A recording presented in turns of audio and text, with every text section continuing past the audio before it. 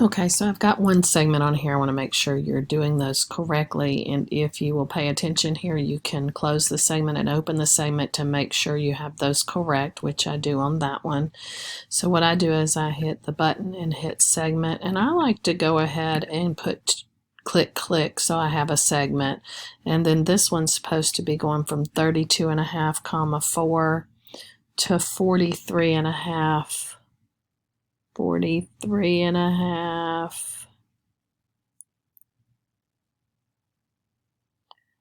comma 29. Let me get on up here.